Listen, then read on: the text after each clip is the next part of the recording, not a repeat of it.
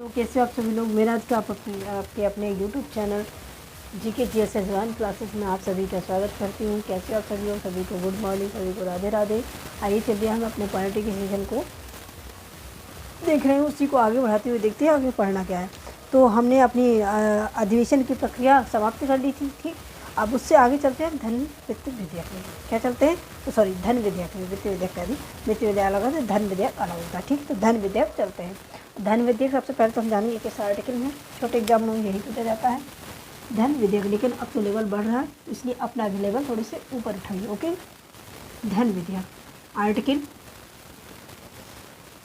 किस आर्टिकल में है धन विधेयक, तो ये 110 आर्टिकल 110 में है, ठीक। इसका प्रावधान आर्टिकल 10 में है। इसके अंदर कुछ चीज़ें हैं वो देख लेते हैं हम। कह रहे हैं हर विधेयक क्या होता है, हर विधेयक है वो धन विधेयक नहीं होता, ठीक। हर धन विधेयक वित्त विधेयक नहीं होता है, ऐसा लिखना है। तो मैं लिखवा रही हूँ, हर धन विधेयक वित्त विधेयक नहीं होता, वित्त विधेयक नहीं होता, ठीक है। कुछ इम्पॉर्टेंट तथ्य हैं इसमें, देखते जाइए जल्दी जल्दी। फिर आगे है दर की, इसमें टैक्स की दर को बढ़ाना घटाना, ये सारे कार्य, टैक्स लगाना, ये सारे कार्य हैं, ठीक। तो आइए लिखते हैं आगे। देखिए सबसे पहले हमारा क्या है, आर्टिकल 110 में हमारा धन विधेयक होता है। हर धन विधेयक वित्त विधेयक नहीं होता है, ठीक। टैक्स की दर को, इसमें क्या काम होता है, तो टैक्स की दर को बढ़ाना घटाना या फिर टैक्स लगाना। भारत सरकार की संचित निधि से पैसा निकालना या उसका रख रखाव करना, ठीक। फिर आकस्मिक निधि का रख रखाव करना, ठीक। कभी भी हमारा आकस्मिक काम आ जाए तो उसके लिए क्या है, हम अपना तैयार रखें, इसके लिए रख रखाव करना, संचित निधि का पैसे का संग्रहण करना। फिर संचित निधि पर भरित व्यय का बढ़ाना।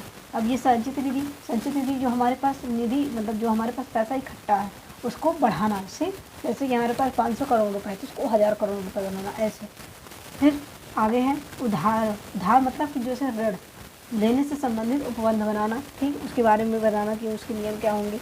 फिर भारत सरकार की संचित निधि से निधि का धन का विनियोजन करना, संचित निधि का धन का विनियोजन करना, ठीक। तो ये सारे कार्य हमारे किसमें, धन विधेयक में।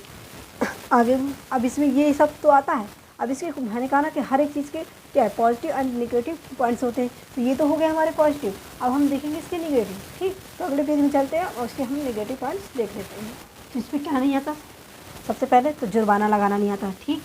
क्या है, जुर्माना लगाना। फिर है अगर फीस, क्या है, फीस लगाना नहीं आता इसमें, इस पर हम फीस नहीं ले सकते हैं। और क्या है इसमें, तो और है लोकल टैक्स। लोकल टैक्स मतलब स्थानीय होता है, उसे जिला स्तर पर या फिर ग्राम स्तर पर लगाया जाएगा। तो क्या लिख लीजिए, लोकल टैक्स,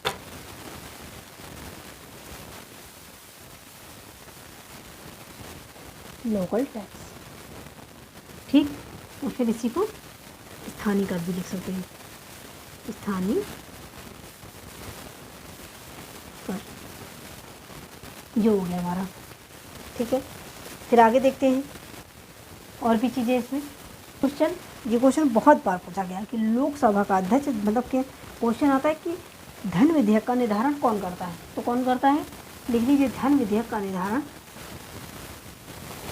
धन विधेयक का निर्धारण कौन करता है, तो लोकसभा अध्यक्ष, मतलब लोकसभा स्पीकर, लिख लीजिए लोकसभा अध्यक्ष।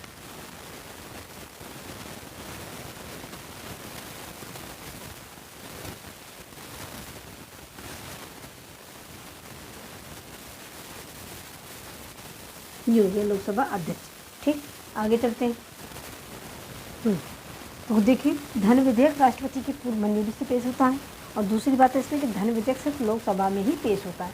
आप क्वेश्चन पूछता है कि राज्यसभा और लोकसभा में क्या है, किस चीज़ पर डिफरेंस, मतलब कौन सी शक्ति राज्यसभा के पास नहीं है, तो ये वाली शक्ति राज्यसभा के पास नहीं है। कौन सी? कि धन विधेयक सिर्फ लोकसभा में ही पेश होता है, कभी राज्यसभा में नहीं होता है। तो इसकी शक्ति केवल सिर्फ किसके पास है? तो हमारे लोकसभा के पास है। किसके पास? लोकसभा के पास। ठीक, आगे चलते हैं हम अगले पेज पे।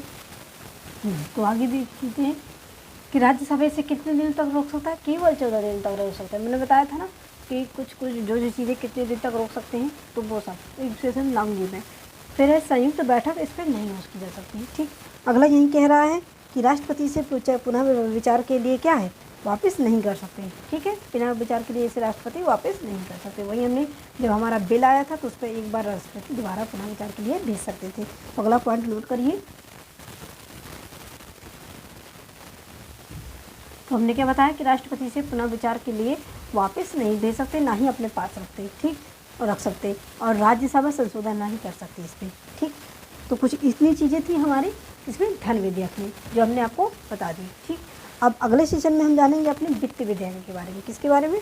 तो वित्त विधेयक के बारे में कुछ चीज़ें, वित्त विधेयक के बारे में कुछ चीज़ें आप पढ़ के आइएगा, कुछ चीज़ें हम यहाँ पे बताएंगे, तो आपके वो सारी एकदम कंप्लीट हो जाएंगी सारी चीज़ें।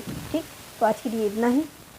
आप सभी अपना ध्यान रखिए और वीडियो को ज़्यादा से ज़्यादा दोस्तों के साथ शेयर करिए। धन्यवाद।